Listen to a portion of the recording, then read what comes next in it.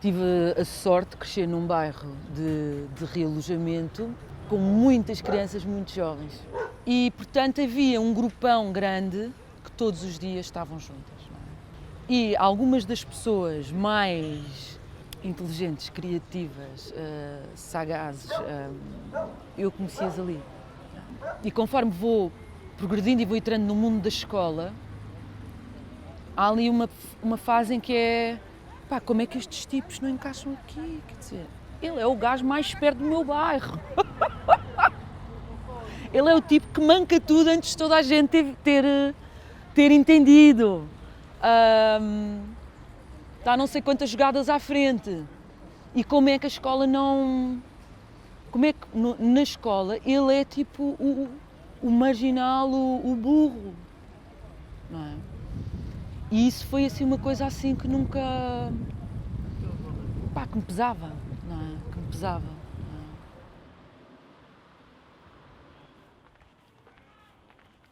Fui percebendo com o tempo que eu não era valorizada da mesma forma do que as outras crianças, do que as outras meninas brancas que ali estavam, não é? Por exemplo, desaparece alguma coisa na creche, um brinquedo que foi roubado e a suspeita cai muito mais sobre ti. Surgem piolhos na creche e as primeiras crianças a ser alvo de... Vocês é que foram o foco dos piolhos, não é? Eram os miúdos do bairro e inclusive eu, não é? Peças de teatro atribuíam muitas vezes ou papéis de rocha e de árvore ou masculinos. Eu era muito boa aluna e, por exemplo, havia sempre uma certa desconfiança sobre isso, não é? Do género, pois, estás... Pois, este texto está bom, este texto está bom. Do género, conseguiste safar e tal. E eu, não era a imagem que eu tinha de mim, eu falei, mas o que é que se passa, não é?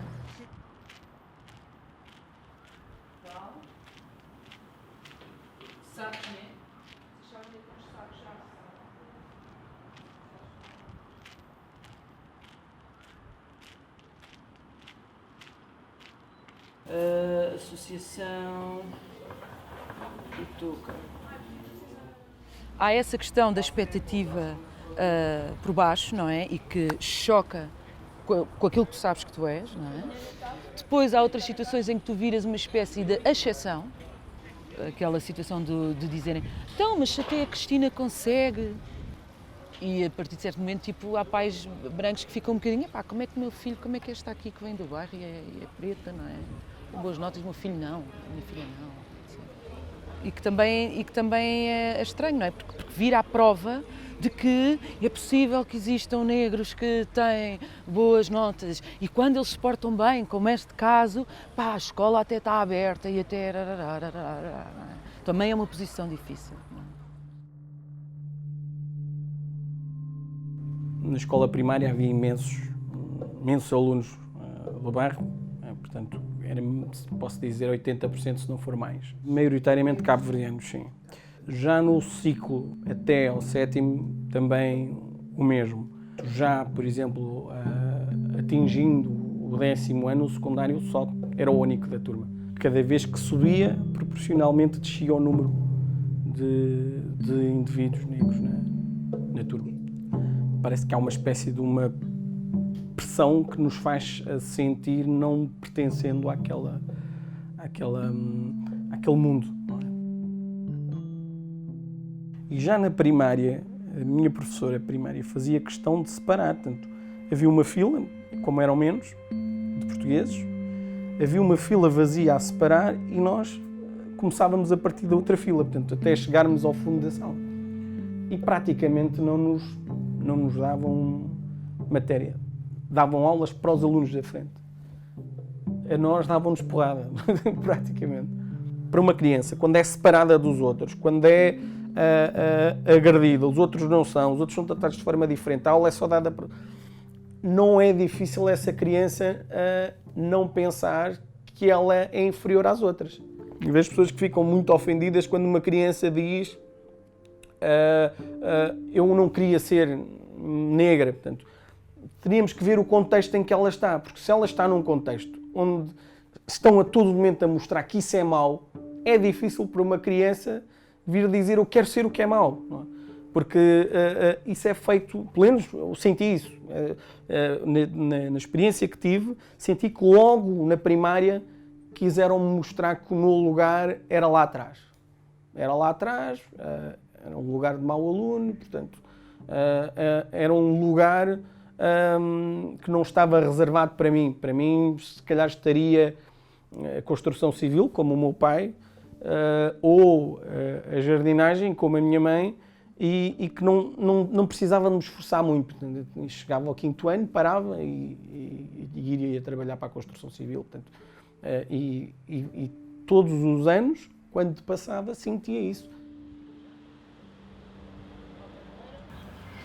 Pá, também é verdade que, pronto, quando a gente está a falar de racismo, não é só aquele racismo, tal racismo do bullying, né? Mas quando tu desde pequenino estão-te a dizer que o lugar de um rapaz negro neste mundo é ou jogar futebol, ou ser músico, ou obras, não há, tu olhas à tua volta e não vês. É raro, já. Mas isso depende também bem da educação que tens em casa. Eu acho que também não é só um fator social. Acho que é mais uma questão de educação. Então. Se os teus pais estimularem-te a fazer outras coisas, tu vais acabar por fazer outras coisas, não é? Então mas diz-me uma coisa, claro, os teus pais podem te estimular, mas se todo o mundo à volta está-te a mandar num sentido e os teus pais estão-te a mandar no outro, às vezes corre bem. Pois. Pá, mas às vezes é uma relação de forças um bocadinho... E já estás habituado a estar com os teus amigos, imagina Yeah. cá fora, a Acho que jogar à bola. depende bem da pessoa, depende bem da pessoa. É raro veres um baile, tipo um... Como é que se diz? Aqueles do balé. Sim. Dos rapazes blacks, é raro. É raro. E vês tipo brancos neste caso. Yeah. Ou pianistas. Sim. Ou químico. Tipo essas Engenheiro. cenas assim. Já, é raro. É raro. Mas fomos a falar de esporte e já temos atletismo.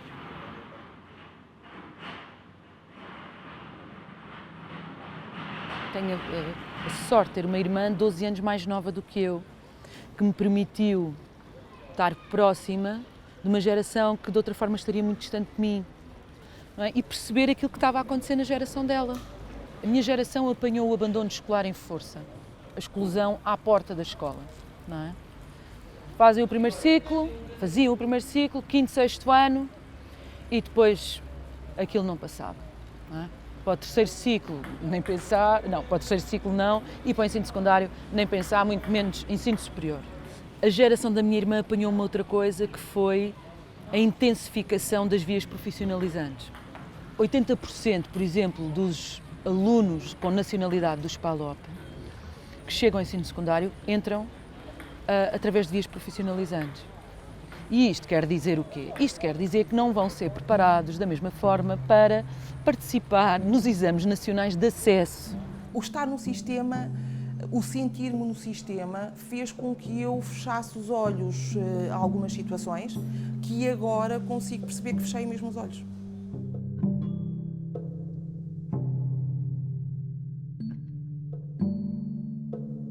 Eles eram escolhidos para fazerem estágio em vários restaurantes e tenho a consciência de que fui canalizando também um bocadito para não os prejudicar, não é?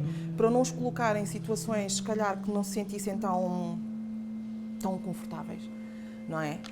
Fui colocando de acordo com as características. Nunca nos disseram que não queriam alunos negros, mas eu implicitamente percebia. Porque tenham muita atenção aos alunos que nos trazem, porque conseguia perceber no grupo das pessoas que lá estavam e que trabalhavam nos espaços que não havia nenhum negro, por exemplo, nem na cozinha. E o sistema está feito assim. Não é correto, nós sabemos que não é, mas a percepção que nós temos dentro da escola, quando nos surgem os percursos, não é? As opções, eu acho que genuinamente, nunca pensei vou canalizar este para aqui, vou canalizar para ali, mas tive essa percepção quando saí. Eu fiz, não pensei nesta ideia e neste facto de que realmente, se calhar, as coisas foram feitas porque existe um racismo sutil, não é? Aquela coisa muito pequena, mas que vai minando. Não pensei porque estava mesmo canalizada pelo sistema. Muitos miúdos negros me perguntaram como é que chegou aí, mas aí aonde? Como é que conseguiu tirar o curso? Como é que conseguiu ser professora? Sim, isto é um trabalho que nós temos que fazer. Está aqui uma coisa enraizada, uma baixa autoestima e o pensar que aquele patamar não é o meu, eu não vou conseguir chegar ali. Todo o horizonte das possibilidades fica condicionado, quer porque a escola tem muitas vias daquelas, quer porque os seus amigos todos frequentaram aquelas vias, quer porque os próprios pais pensam, se todos os outros miúdos estão a ir também, quer dizer, o meu filho também vai. Os próprios professores também pensam, aqui estas outras vias todas, não é? Porque é que vamos estar aqui a puxar pela criança quando ela tem outras vias onde se vai adaptar melhor, não é? Mais feita à sua medida, não é? E isso é que me assusta muito, não é? Porque ganham este efeito mesmo de estrutural e de institucional que nem é preciso haver ninguém intencionalmente no momento a discriminar, não é? A Matilde trazia como trabalho de casa a leitura de tenho de fazer isto, um poema chamado Apesar de ir sem juízo, da Luísa Ducla Soares. E a dada altura a Matilde para no H é de Helena, ela é preta, diz que é morena. E diz que aquilo não está certo, não está correto e que a ofende. Preta, que é um termo que em Portugal é um termo ofensivo e discriminatório. E o texto em si tem aqui um quê de perverso muito grande, porque mina não só a identidade da Helena, como também lhe dá este toque de coitada. Coitada e não é de confiança. Portanto, o que faz com que, lá está, se estamos a falar aqui de pessoas pretas, neste caso, as pessoas pretas não são de confiança, por isso simplesmente.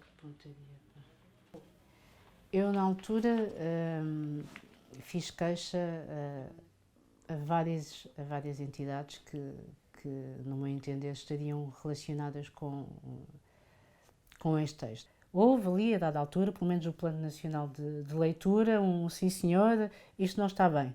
Mas, de facto, o que é que mudou? Que eu saiba, nada. Podemos ver que, às vezes, dentro da mesma editora e dos mesmos autores de manuais, temos versões que, de uma edição para a outra, que mudam substancialmente. Por exemplo, neste manual, que é da ASA, de Aníbal Barreira e Mendes Moreira, do 8º ano, portanto, a edição de 2003, ainda se falava aqui como os escravos africanos negros eram levados à força para o território americano. E depois, na versão seguinte, que é de 2008 e 2009, que temos aqui, esta parte do texto acaba por ser editado e, portanto, a informação que é dada é, por outro lado, ocorreram movimentações de povos, de imigrantes europeus e de escravos africanos, sobretudo para a América. Portanto, como se no fundo fosse quase uma imigração livre, uma narrativa que nós temos criticado muito na administração Trump, mas que no fundo é-nos muito familiar em Portugal.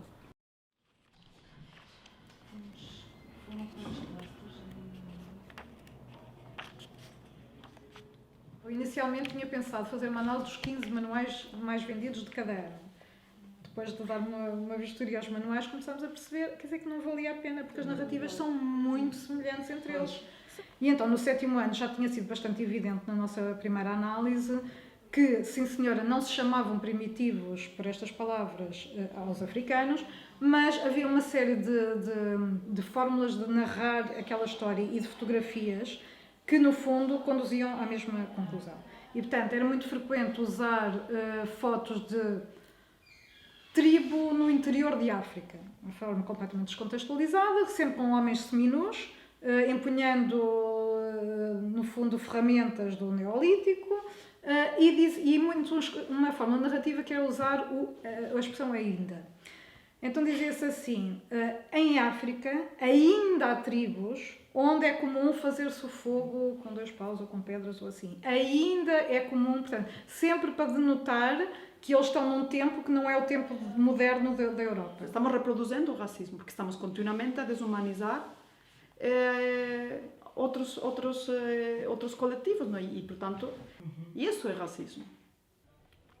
Portanto, por exemplo, aqui nesta página, todas as pessoas, neste caso as pessoas não brancas, são sempre retratadas como estrangeiras.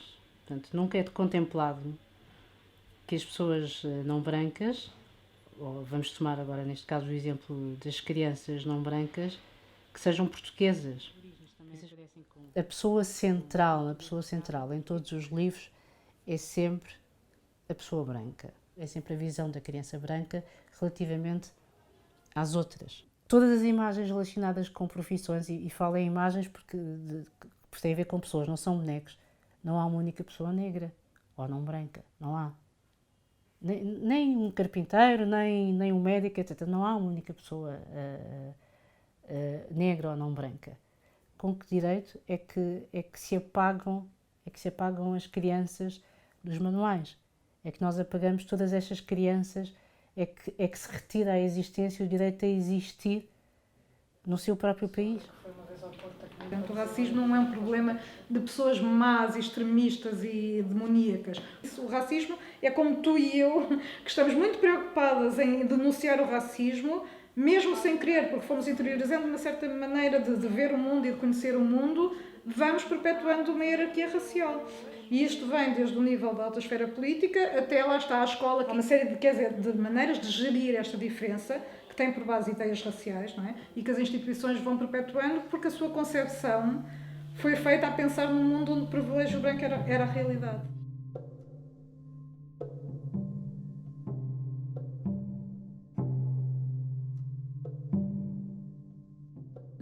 Eu dou aulas em faculdade desde 1990. Naquela altura era mesmo, agora também sou, portanto a única professora da Faculdade de Letras, negra. O que eu senti, por exemplo, no início, uma vez, insinuações que há pessoas que estão aqui que não deviam estar. Uma vez nós íamos ter uma reunião e eu chego um pouco mais cedo e ouço uma colega dizer: eu não sei o que é que esta preta veio para aqui fazer. Eu entrei, quando eu entrei havia colegas que ficaram um bocado constrangidos, mas eu fingi que não tinha ouvido. Ir à secretaria e para pedir fichas, mas as fichas só se dão aos professores. Eu disse: pois é, por isso que eu estou cá a pedir. Ai, professora, desculpe, não tem nada escrito na cara. Eu disse: por isso mesmo é que não devia ter partido do princípio que eu não era professora. Tu não tens professores negros, tu não tens outros alunos negros com o mesmo tipo de experiência que tu. Tu olhares para as senhoras da limpeza da minha faculdade e serem todas negras. A minha mãe é uma dessas senhoras. Não é? E tu perceberes, claro que há aqui uma confluência de questão de classe, mas também de questão racial, mas tu percebes o lugar delas naquele mundo. Elas viviam nos bairros que eu vivi. Não é? E portanto, dentro daquele povo todo que estava na faculdade, com quem eu se calhar até tinha uma experiência mais próxima, era com estas senhoras. Aquilo que se acaba por ver, pelo menos na pesquisa que fiz, não é? E que é exatamente sobre casos de jovens afrodescendentes de contextos desfavorecidos que chegam ao ensino superior, é que para que isso possa acontecer é preciso que existam condições duradouras que confluam no sentido de promover esse sucesso escolar. Não há cá, pelo menos daquilo que vi, quer dizer, aquela história do jovem resiliente que vem desde lá da infância a correr com o sonho: eu vou chegar à faculdade. Eu não vi isso. Não há. Não. Às vezes até tem, mas é sempre um sonho periclitante, porque é muito improvável e, portanto, tem que se ter outros projetos de alternativa, porque não se sabe. Eu estive para ser operadora de caixa, chefe de operadora de caixa, e fazia-lo muito bem numa rede de supermercados. Não é? Eu, quando o meu nome saiu nas pautas que eu tinha entrado, eu andei meses em estado de graça. Eu não suporto a meritocracia. A meritocracia é das maiores armadilhas na luta contra a desigualdade. É pôr o filho do médico, que mora em Cascais e que tem as melhores escolas, a fazer o mesmo teste que o outro que mora no bairro 6 de Maio e a esperar que o jovem que mora no bairro 6 de Maio tenha a mesma performance. Tem que haver um entendimento, como se faz, por exemplo, para a classe e para o género, que se percebe que o racismo, ou o machismo, ou a exploração capitalista, ela existe não porque há patrões demasiadamente gananciosos e maus, ou homens que são maus e querem explorar as suas mulheres. Não, nós já percebemos que é uma questão estrutural, ultrapassa a intencionalidade dos indivíduos e, portanto, é preciso criar políticas que mexam de forma estrutural na forma como as instituições se organizam. É preciso uma mudança de paradigma das políticas de combate à desigualdade, não é? Política de cotas étnico-raciais, sim, de classe, sim, de género, sim, para todos estes grupos. Não é? Agora, ficar na mesma é que